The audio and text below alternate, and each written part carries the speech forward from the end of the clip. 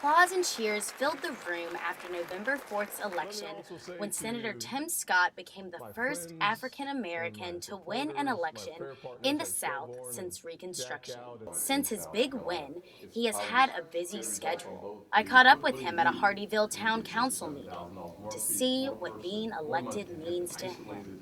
That here I sit before you as a United States Senator elected by the people of South Carolina. I think it says a lot about the people of South Carolina, not that they chose me, but that they have aligned their values and their issues and made those priority in making their decisions in electing people and not the complexion. Scott grew up in North Charleston, and he says the state has come a long way since his grandfather's generation.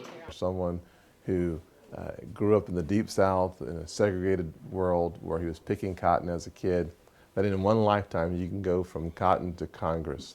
That is remarkable. Scott began his political career in 1996 on the Charleston County Council. Then in 2009, he made it all the way here to the South Carolina State House as a member of the South Carolina General Assembly. In 2010, he became a congressman. Then in 2013, he was appointed by Governor Nikki Haley to fill Jim DeMint's U.S. Senate seat. He is one of two African Americans serving in the Senate and the first African American to be elected to both the House and the Senate. That's sort of the interesting period we're in, is that we'll see candidates from different ethnic and racial backgrounds on both sides of the party lines, where party will matter most in some regards, and it won't be simply the question of, and not that it ever has been, but it won't be simply a question of people voting because of race, but that ideology matters too. USC political science professor Todd Shaw says Tim Scott was a great test on whether or not race matters in politics. Thank you very much, Pete. Thank you very much. Thank you very much, Pete. On election night, Scott tweeted, "Our values and issues are central. The most important things we have to offer are on the inside."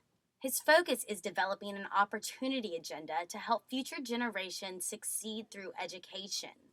What can we do to make sure that other kids growing up in single-parent households like I did, living in poverty as I did, how can we make sure that the American dream is accessible, reachable for those kids? He wants children to have opportunities to reach their goals and beat the odds, just like he did. To represent the greatest state in the nation in the United States Senate, it is an amazing honor afforded to me by you. Scott says he doesn't want to be remembered by the color of his skin, but by serving as many people as possible and having the largest impact. Rachel Tripp, Carolina News. 21-year-old lawsuit.